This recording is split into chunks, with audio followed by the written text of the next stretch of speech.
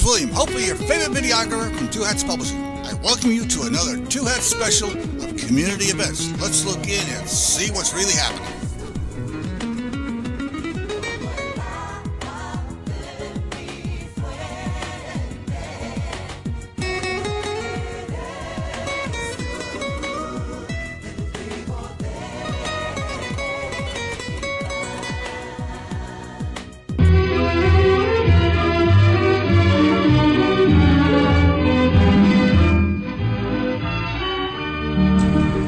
And good afternoon and welcome to Lambda Weekly. I'm Dave Taffet here in the studio with Lerone Landis, and the late Patti Fink assures us that she's running late. She will be here. And yes, we'll all vouch for that she is on her way. Our guest today is Mark Phariss. Mark is running for Senate District 8 for the Texas State Senate. And if the name is familiar, it's because he's been a guest of ours a number of times. Mark and Vic were two of the marriage equality plaintiffs. They had a book written about them, and your author was on with us. Mark, what made you decide suddenly to run for state senate? Good afternoon. That's a very good question. I've been a good question. Do I ask bad questions? Exactly. I've never known you not to ask a very good question. I've been a Texas citizen since 1985, so I've lived in Texas for 32 years, and I've lived in Collin County for 14 years, and so I care deeply about Texas, and I care deeply about my district. So that's clearly one of the reasons why I decided to run. Another reason is that as I looked at the legislature this past session, and probably for past couple sessions, I actually saw a need to run. The legislature has been spending a lot of time on issues that, in my opinion, are not really important issues. They're very divisive issues, harmful issues that hurt the state's reputations. Top of mind is the bathroom bill. There was no problem. It was a piece of legislation that was proposed in search of a problem, It hurt the state's reputation. In fact, Texas Compete has calculated that the amount of negative publicity that the state of Texas received as a result of the bathroom bill in this last session was more than $220 million worth of negative publicity. Mm-hmm. That's substantial. That's a black eye to the state of Texas. And instead of and while they're focusing on that, they weren't focusing on the important issues that matter to the lives of all the citizens in the state of Texas, as well as the citizens in my district. And top of mind is education. The state's woefully underfunding education. They're not keeping up with the growth in population. In fact, over the last 10 years, while spending has increased 7.4%, the students have actually increased 16.8% over the last 10 years. And the result is that the spending by the state in the last 10 years has actually declined by $339 per student. Per student, right. Yeah. And if the state had maintained its level of spending from 10 years ago, that would have been an extra $18.6 billion of spending on education in the state of Texas. So I want to bring a common sense approach to the legislature, get us off of talking about issues that are irrelevant, that are divisive and harmful. And so those are my reasons for running. But if we don't talk about bathroom bills, where will people pee? They'll pee where they've always peed. I guess that's a good answer. It is. When you talk about the number of students that have increased in the schools, between the last census and the census before, Texas's population increased by 5 million people. That's a huge increase. Correct. That increase, it's going to be about that size increase this time, or even larger. I don't see us building new roads. I don't see us building schools. You live in Garland, Lerone. No, a lot of repairs, but nothing new. Yeah. I mean, I haven't seen any new schools here in Dallas. I guess a few, but we keep encouraging businesses to come to this state, but we don't want to invest in what we need to support those people. My neighborhood, I live down in Oak Lawn. All of these single-family houses, they're gone. All the 1- and 2-story apartment buildings, they're gone, all replaced by 6-story buildings. Well, that's nice that we have higher density, but I don't see more room on the roads, and some people are taking DART, but there's a DART station across the street from where I live, but it doesn't go to where I'm going. It doesn't go to my office. Right. So we keep encouraging all these businesses. We're on the finalist list right now for Amazon. Lerone, you said we're what? All I know is Houston and Dallas both made the top 20. Top 20. Okay, so we're in the top 20. That's going to be 50,000 jobs. If that ends up right here in Dallas, that's 50,000 more people. Where are they going to go? And we're not spending the money. Well, 50,000 more people and their families. Right. That's absolutely correct. The population is increasing, and it's the same both in education as it is in transportation. You have an increasing population, a growing population, and yet the spending is not being maintained and increased commensurate with that population increase, and that's absolutely something that has to be addressed. One of the things that is helpful in that regard is the Texas high-speed rail project that's proposed between Dallas and Houston. That is being privately funded for the most part, and that project needs to be encouraged and frankly should be replicated in other areas in the state, whether it's between Dallas and Austin, or Austin and San Antonio, or Houston to San Antonio. That project, because it is privately funded for the most part, takes the pressure off of the need to spend on I-45, and that then frees up money for other projects. So it's one way of freeing up money for the transportation issues that must be addressed in the state of Texas. And the state of Texas also is experience other pressures on those revenues that fund transportation. For example, as we have more fuel-efficient cars, and as we go to more electric cars, then the revenues that you get from your gas tax decline. And one of the things we're going to have to look at is finding ways of getting revenue from vehicles that use the roads but that are not paying a gas tax. So you're absolutely right about transportation. Patty, who finally got here. Ice and roads are crowded. It's all that density. And she just couldn't remember what time the show started. So there's that. Welcome, Patty. She drives a Prius. We need to tax her. That's not discrimination. Vic and I both drive hybrids. Vic drives a Prius, and I drive a hybrid. Yeah, which are great for fuel efficiency, but poor for revenue and gas tax. Lerone, and I think we should propose a tax. Yeah, I know, exactly. Yeah, we are. Exactly. Mine gets 15 miles to the gallon. No, it's better than that. Well, somebody has to average us out.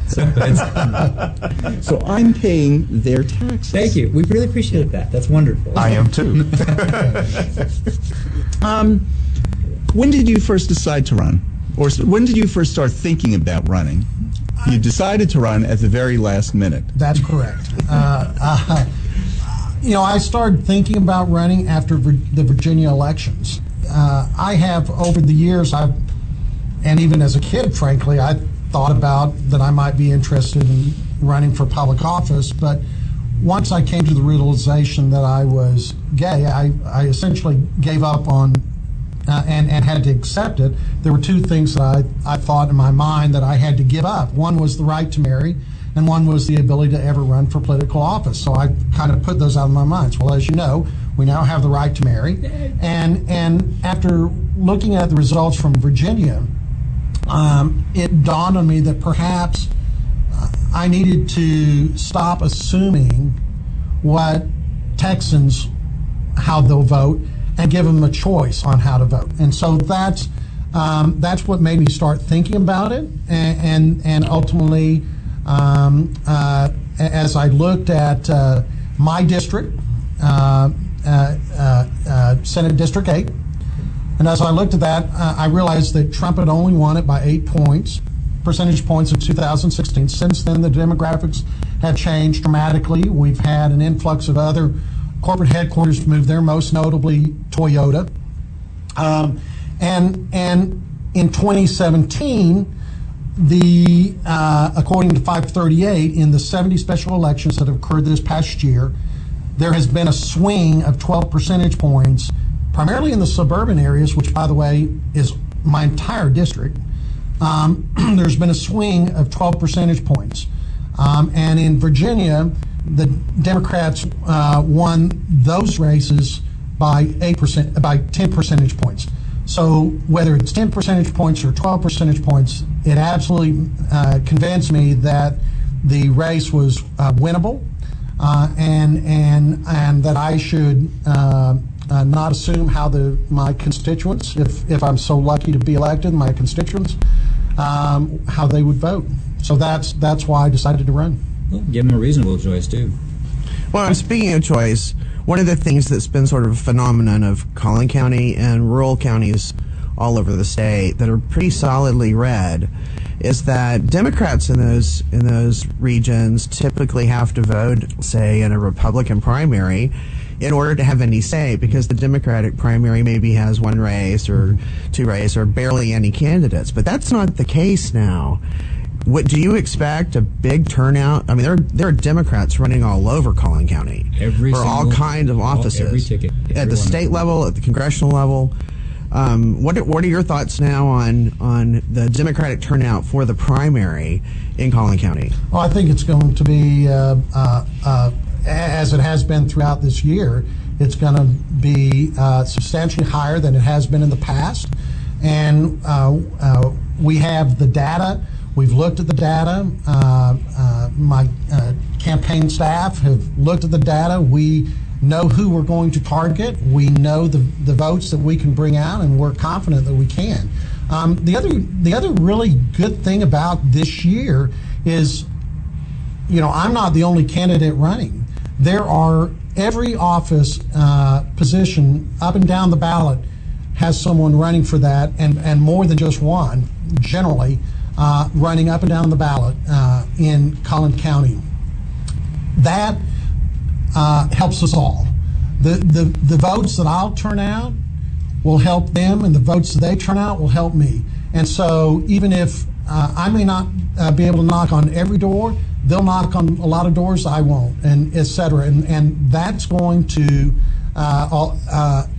benefit us all. And clearly my intent is to reach every voter in my district who is Democrat in the primary, and then in the general, I'm going to reach the Democrats, I'm going to reach the independents, and I'm going to reach those persuadable Republicans. Good. Your race is, we don't want to talk a lot about money because it drives Patti crazy.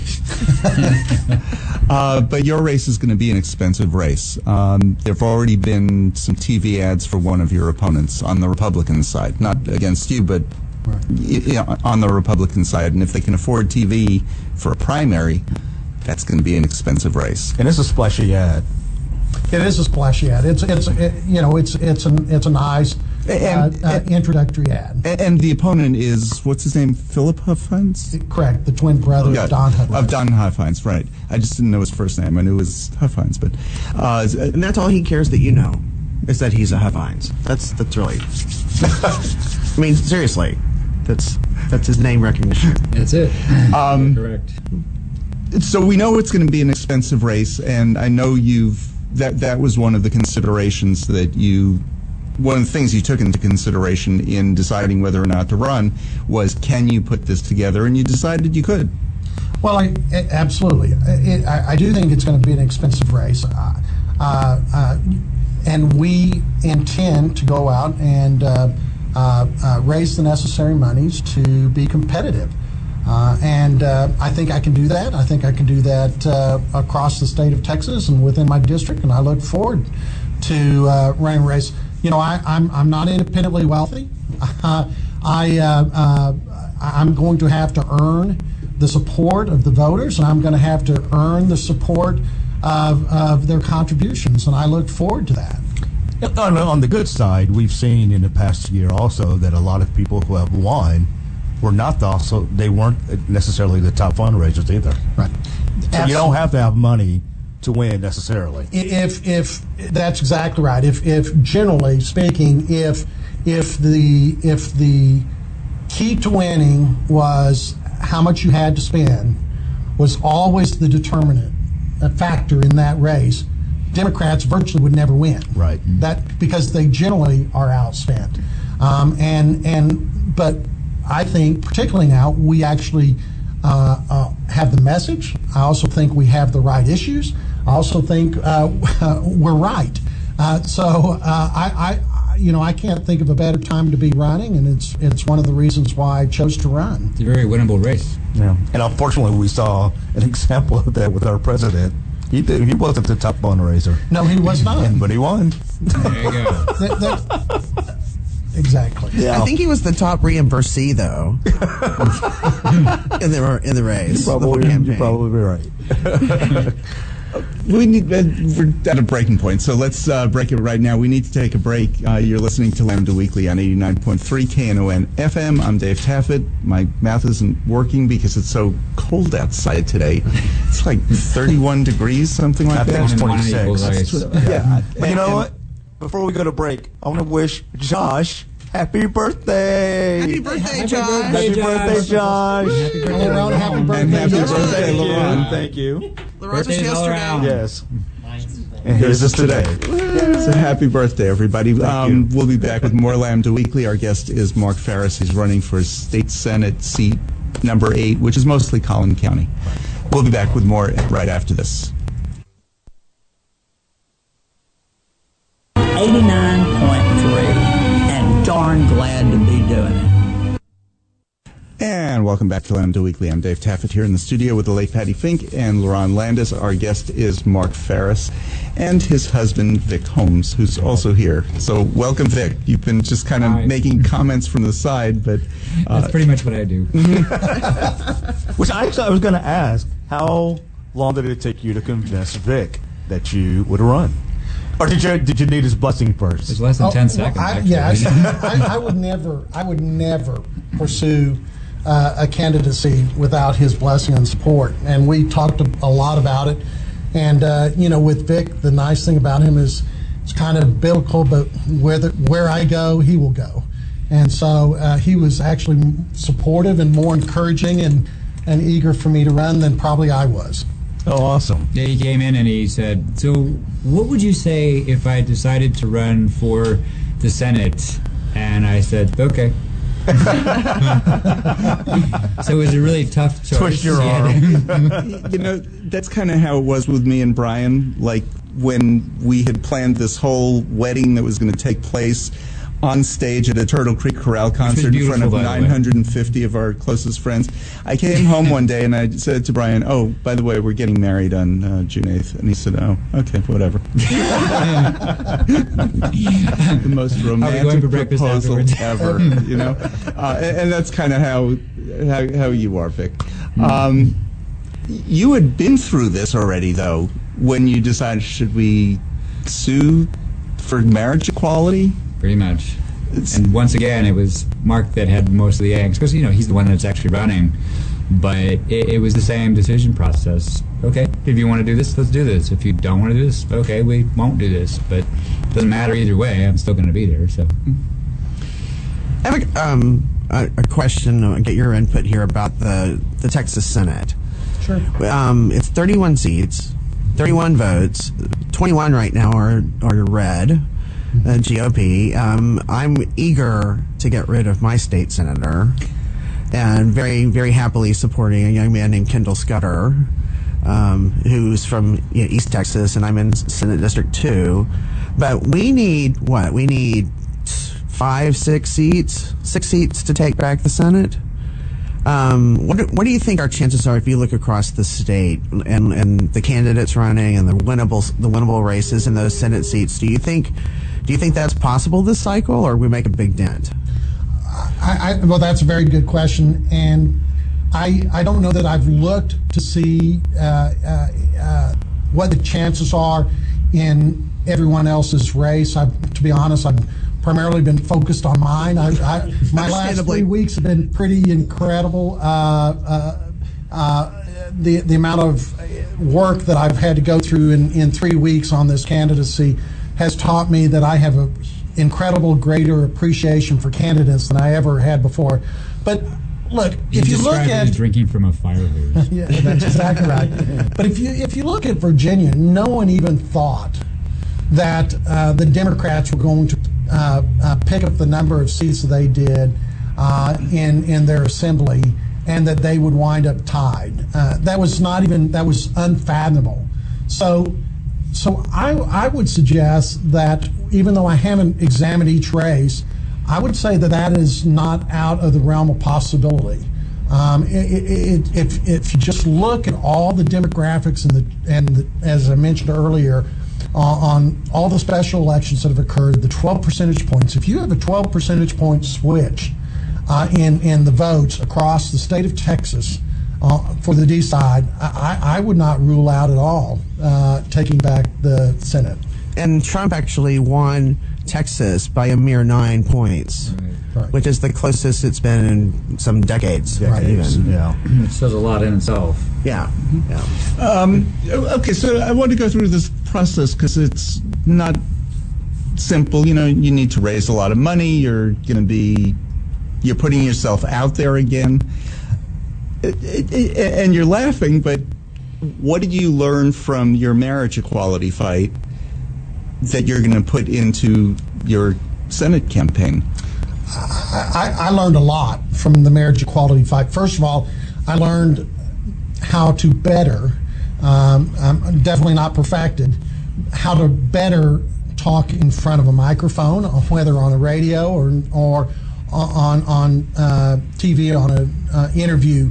So I've learned how to do that. Before that, I would just freeze. So that's improved. Secondly, I think I learned how to talk to Texans.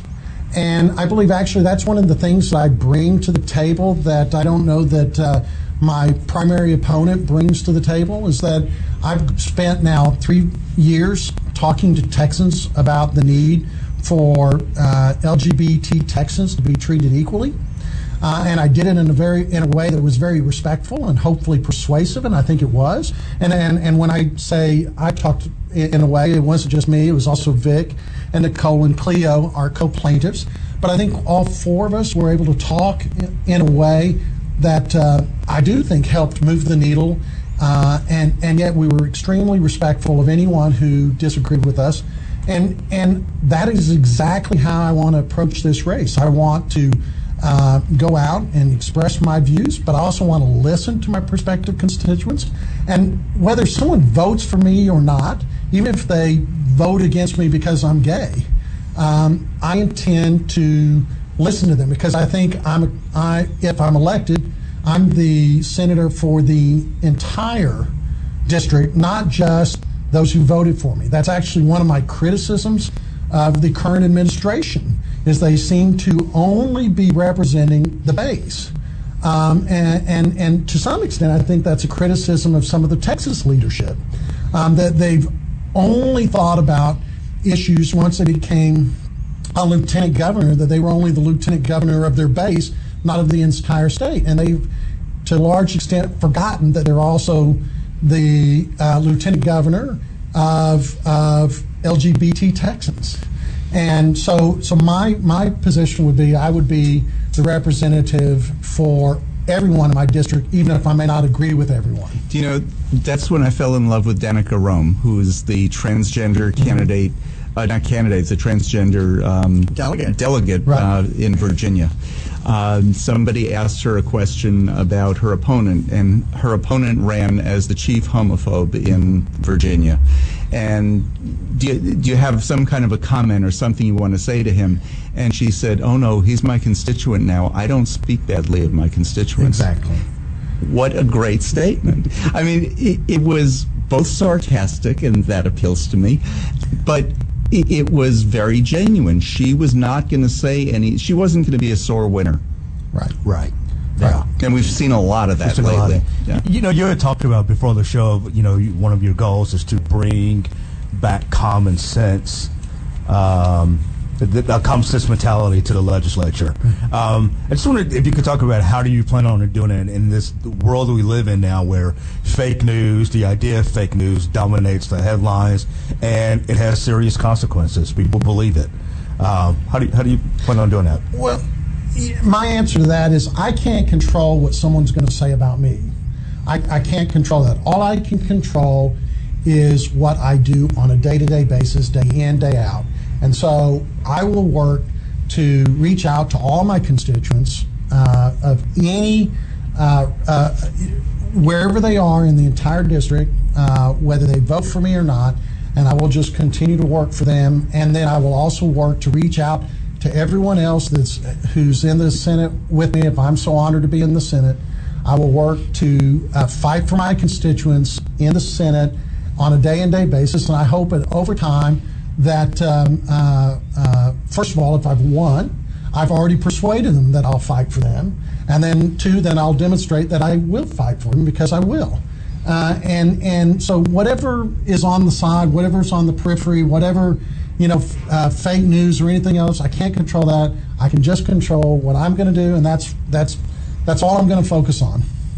Now this is an open seat, right? It's an open seat. So the previous senator representing that district has decided to run for Congress. Correct. So are there how many Republicans running in the primary? There are 2 Republicans and 2 Democrats. Okay. The 2 Republicans running are Angela Paxson, and Phil Hubfines. Yeah. That's popcorn worthy. We need to get our popcorn out to watch that one. I wish it was a lot more boring. I wish it was a lot more straightforward, that Mark would win and get through it. and one thing, because we are coming into campaign season, that we do have to say, you have an opponent in your primary. Correct. And if he would like to come on the show, we welcome him to come on. He's a great guy. Brian Shapey is his name. He's a married father of 2, engineer, has been a citizen of Plano from his entire life. He's a very nice guy, and we're going to run a very competitive race with him, but a very polite race. And he and I have both talked about that, and neither one of us are going to do anything that would hurt the other's chances in the general. And if he is the nominee, I will absolutely support him and work to help make sure that he wins, and I expect he'll do the same. Awesome. You have name recognition to some extent. Actually, 3 of you in this race have some sort of name recognition. You recognize him, Vic. Well, I'm glad you do. Till Alzheimer's sets in. It's been interesting to watch how much publicity you've gotten over entering the race. Has that surprised you? It has. I mean, because I've seen articles foreign. Correct. In other languages. Thankfully, there's the translation button because I saw the articles in German. It's been I've received a fair amount of publicity, and I don't know that I was expecting that. What I focus on, though, is what really matters. The people who matter are the people in my district. Mm-hmm. And what's been written about me in Germany or in Florida or anywhere else is not really particularly relevant. What's relevant is that I have to go out and meet my future constituents and persuade them that I'm the right person to go out and fight for them. Where I find it interesting isn't that it matters that a German newspaper would write about you.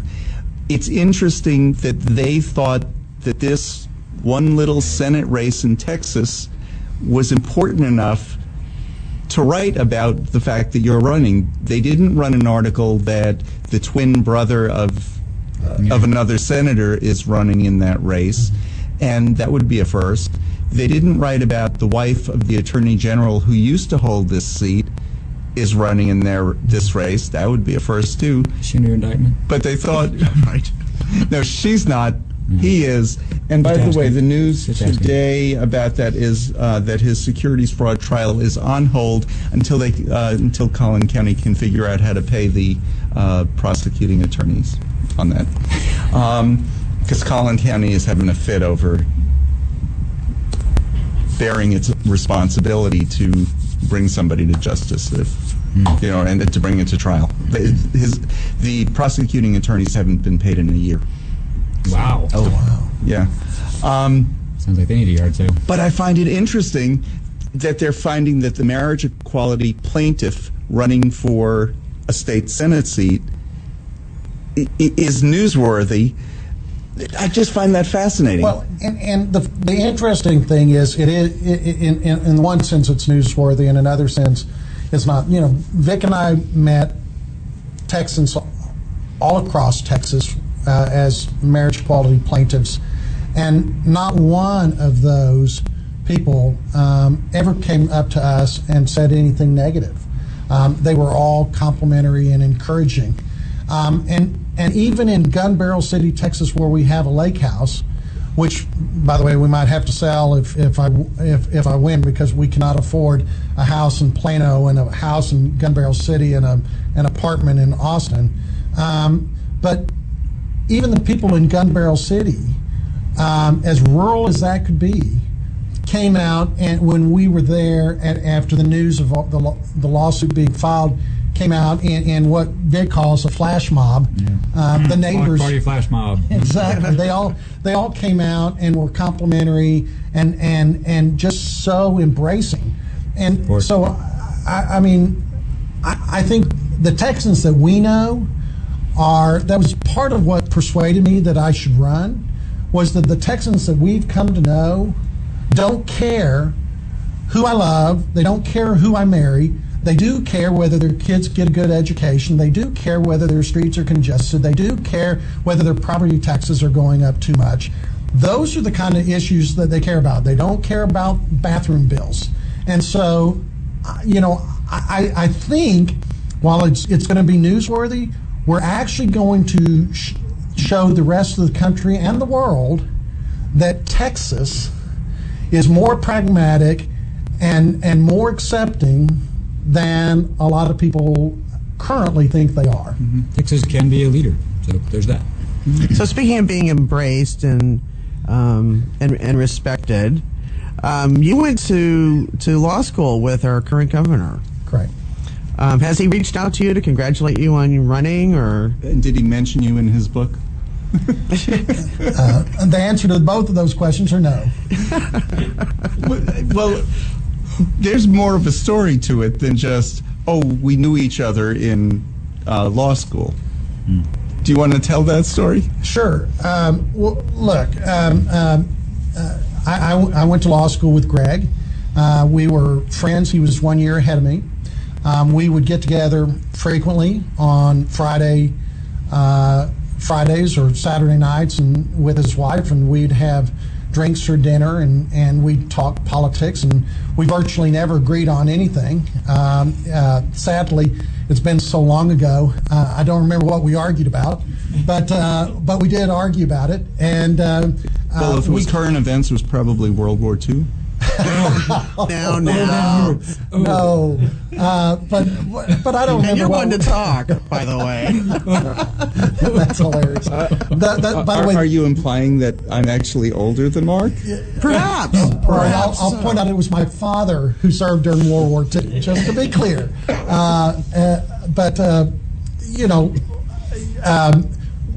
We were friends, so that when and I was clerking in Tulsa when he was injured, and I heard about it and was, of course, very shocked and saddened to hear about it. So I flew down from Tulsa to be by his side with his mother and his wife, and and just to encourage him.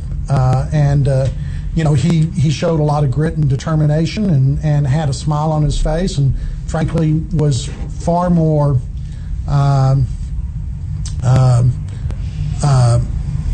upbeat than I would have been in a similar circumstance. And then subsequently a year later, he tried to recruit me to his law firm, and I got a job offer at his law firm. I didn't accept it. I went to San Antonio instead. We've known each other and we're friends for a long time, and exchanged Christmas cards, and so that's how I know him. Obviously he's not.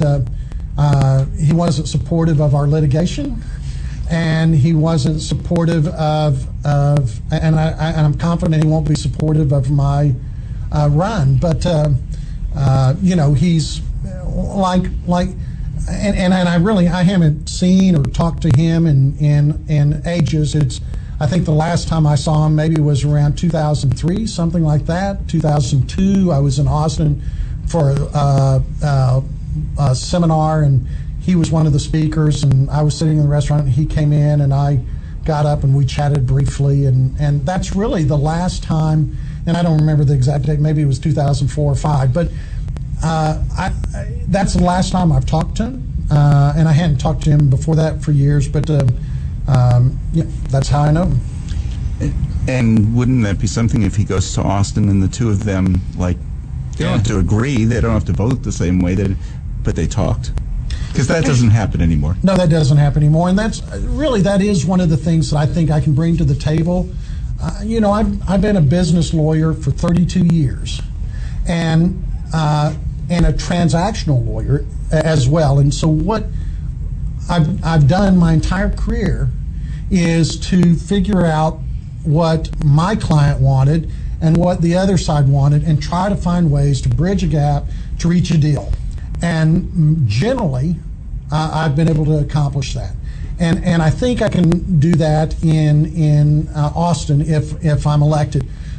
Obviously, there are going to be issues that we're never going to reach an agreement on. I am never, ever going to agree that the full equality for LGBT Texans is negotiable.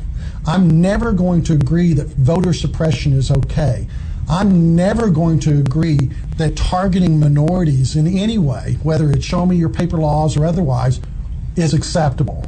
But on those issues that we can agree, or that are persuadable, I will absolutely work with Republicans and Democrats to reach solutions for the better of the state. And we're talking to Mark Phariss. He's running for State Senate District number 8, which is most of Collin County. This is Lambda Weekly, and we'll be back with more right after this. Hi, this is Valletta Lil, and I listen to Lambda Weekly. I hope that you will too. And this is Lambda Weekly. I'm Dave Taffet here in the studio with the late Patti Fink and Lerone Landis, and our guest is Mark Phariss, running for State Senate District number 8, which is most of Collin County, a little bit into Dallas County as well. His husband Vic is here to refute anything that Mark says. So Mark, Vic, when you met Mark, he was still in reform school, right? Yes, this was back in the 60s. No, good heavens. How did you two meet? 97. A friend of mine, when I was in San Antonio, had a party for his birthday. He was getting promoted, being transferred overseas, etc. And so they invited me to the party. I went. And it was in the summer. All the doors were open. It was really hot. There were mosquitoes everywhere. I had to keep moving from room to room because there was this annoying guy that kept following me, talking about politics, politic this, politic that. I could barely escape this person. And that finally, was Dan Patrick, right? No, because I wasn't in the bathroom. Right, I'd gone before I went to the event. So anyway, then I left. As I was going, the person whose party it was there for said, hey, Mark Phariss wants to ask you out. And so I said, well, I'm already dating somebody, but if everyone as a group wants to go out and do bowling or maybe movies or dinner or something, I'm happy to do that and meet people that way. And he promised he'd pass on that information, and the only thing he passed on was the phone number. He didn't say anything else. So it made for a bit of awkwardness later, but I'm glad it all worked out the way it did. Yeah. We went. I invited him. I waited a respectable couple of days because I didn't want to Three days. I didn't want to appear. Southern way. Well, yeah, exactly. I didn't want to appear desperate or too eager, you know. So Or pushy. I think the word pounce was actually What? used. Or pushy. Or pushy, exactly. So I called him up and invited him to go to dinner with some other friends, and he went, and then on the way home, he explained to me, after I paid for dinner, he explained to me that... I did offer my half, just to be fair. Yes, he did. I'm kidding. It was he was wonderful, and so I decided then that it was better to be his friend. If that's all I could be, then not to know him at all. So we hung out as friends until he and the guy he was dating broke up, and then I pounced, and I did mention the word pounce was used. Yeah. Hey, and I asked, keeping it real. I immediately asked him out on a real date, which he accepted. A real date, by the way, to a fundraiser. Which, yeah. Well, A human rights campaign, federal club. Right, so romantic. a Yes, precursor terribly to what actually happened. And here's another issue that I think your constituents might want to know, and that is a serious issue. You are pro-choice when it comes to doggy doors. Exactly. We do not. This is We do not discriminate against any doggy door. Yeah, Before for the listeners, we had a discussion ahead of time about doggy doors, and I personally am not a fan of them. I do not want other varmints coming into my house. Because they will. But I said I would not. I would absolutely oppose precluding anyone else from making that choice on their own. Well, there you go. But you know, we have a doggy door. We're very pro doggy door, and we've had varmints come in, but woe to them. You know, with our pups inside. Yes, so we used to be where you guys were, Patti. We had a doggy door, but one too many varmints were brought in. After 8 years, we had One to too many close. screams in the night. Yeah, one too many screams in the middle of the night. Like, what is that? So had to close it up. Yeah, I mean, Yeah. my house, we were off of this creek, and the creek wandered down to the Trinity. We had a bobcat in our house one time. Oh, my God. That was the end of that Wow. doggy door. Yeah. And Vic, as the good political wife, Democratic political wife, you've planted your vegetable garden, I understand. I have, yeah. But it'll be blueberries, tomatoes, blackberries, and rosemary. Mom sent me a rosemary for Christmas, which is absolutely lovely. So yes, we got the garden. Come on down. Very cool. And I'm working on him having the adoring Nancy Reagan stare. We haven't gotten there yet. Yeah, right now it's just vacant.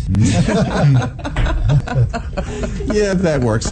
I want to talk a little bit about what you're going into the Senate to do.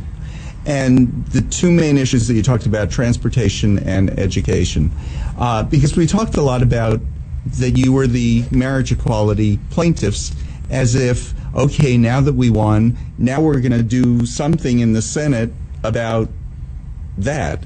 Your race has nothing to do with that. Correct. I'm not running as I'm running as a Texan who's lived in the state for 32 years and lived in my district for 14 years, and I'm running to represent and fight for all of my constituents. I'm not running as to be a gay Texas state senator. That is not what I'm running to be. I just am running to be Or the marriage equality state or the marriage senator. equality. Look, marriage equality is the law of land. So I'm not running. And you on, learned a lot during that fight. I did learn a lot from Talk to that. people. Yeah. But exactly, I'm running to help advance education. I'm running to help advance improvements in transportation. I'm running to listen to and fight for my constituents on a variety of issues. That's Okay, what so I'm one doing. of them is education. One of them is And Josh lives in that district. You live in that district, right? I know, but it comes down into part of Dallas. I don't think he does live in that district. Oh, okay. So we don't have to worry about the fact. It's just a small sliver. It's Okay, yeah. So we don't have to worry about the fact that Josh hates kids. Oh, well, there you have it. Yeah. That's what I was getting at. That's funny. Well, you I know, think we should worry about that as an independent issue. look, I mean, Vic and I do not have kids, but 3 beagles. yeah, we have have 3 furry beagles. kids. Three That don't have a doggy door. Well, we don't have children, but one of the reasons we moved into Plano was because its schools are so good. We knew that the property values would remain, and that's essential for making sure that Plano continues to be the city, and that Frisco continues to be the city, and McKinney and Allen, Richardson, New Hope, that all those cities absolutely continue to thrive, and it's all hinges upon maintaining very good schools, because people generally do not want to move into cities that do not have good school systems. We must not do anything that's going to harm that. And one of the things that's been pushed by some of the leadership, by Dan Patrick, and may probably be pushed by my opponents on the Republican side, are vouchers. And that essentially takes money away from the public schools and gives it to private schools, and who, by the way, are not even obligated to abide by the same standards that the public schools are. So let me give you a perfect example of why that would be so bad. The Plano School District has debt for building their schools and their facilities and equipment of about $450, $460, $470 million. If you take away money from Plano, if the state takes away money from Plano and gives it to a private school, that debt does not go away. You still have to service that debt. So the result is that Plano will have to raise property taxes to make up for the loss of revenue that has now gone to private schools. So it actually would be harmful both to the citizens of Plano, and it would be hurtful to the school. So, and it's also the wrong idea, because the Texas Constitution actually obligates the legislature to make sure that it funds private public education and not private education, and I take that constitutional obligation seriously. The other issue, and let's get to any other issues that you see important in your race, transportation.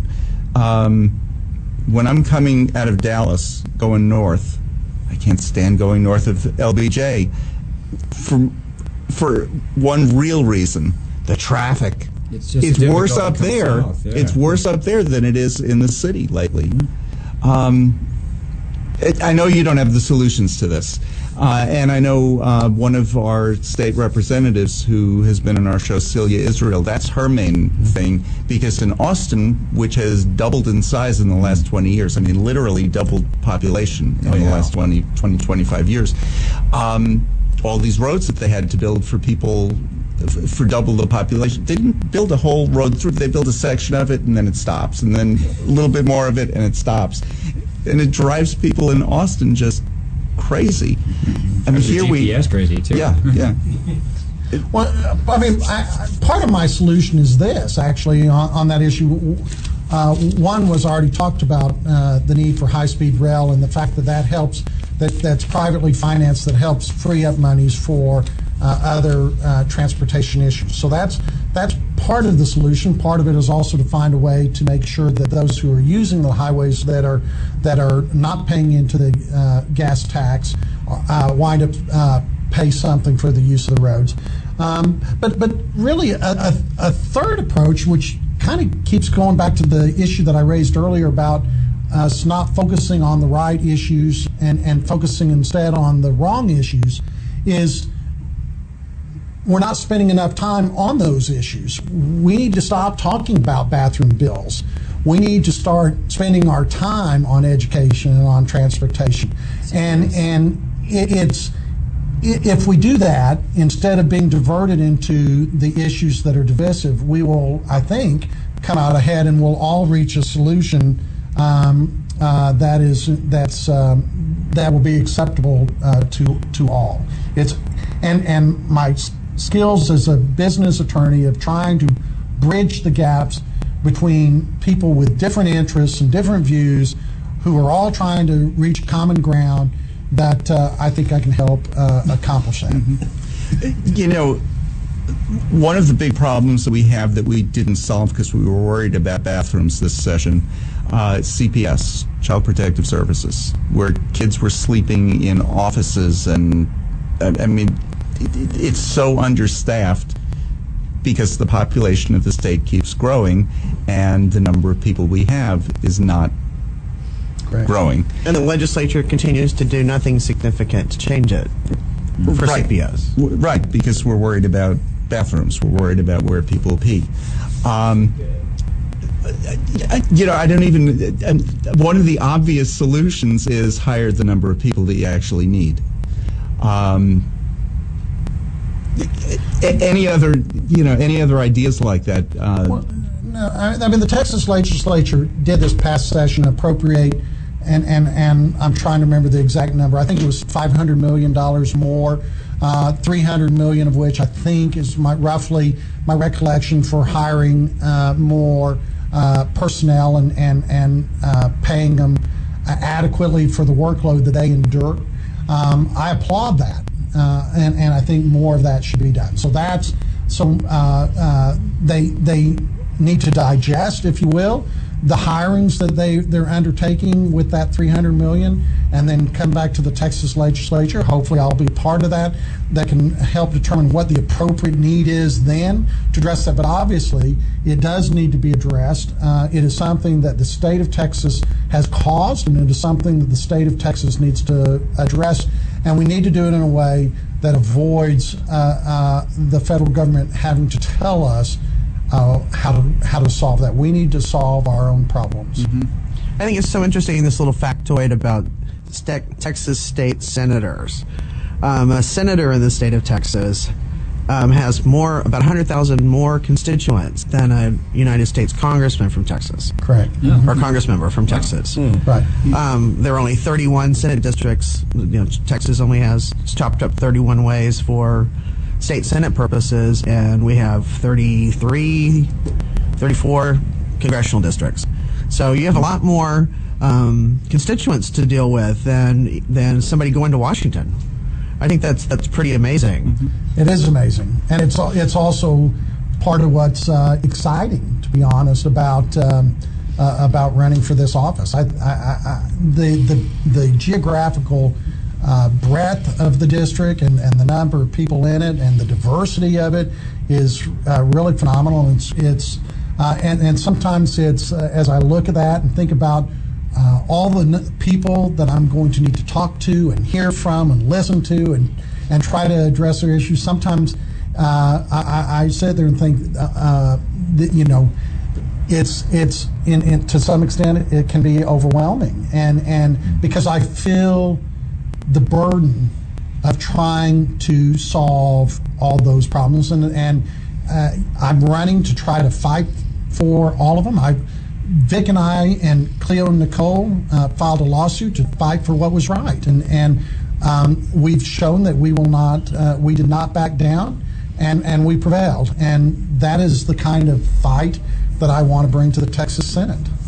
And you know that also brings up the point that you can make real local changes, where things in Washington, okay, that can affect things as a state, but here locally we can affect things right here, right now. Mark, Vic, good luck. Thank you. Thank you. And thank you for being with us on this freezing last day of the year. Thank you very much. It's been very nice. Wishing you a great 2018. Yay. Happy New Year, everyone. Thank you. And we'll Happy be back. birthday to our two birthday boys. Birthday boys here. Thank you. We'll be back with more Lambda Weekly next week and next week, next year, and everybody have a happy New Year.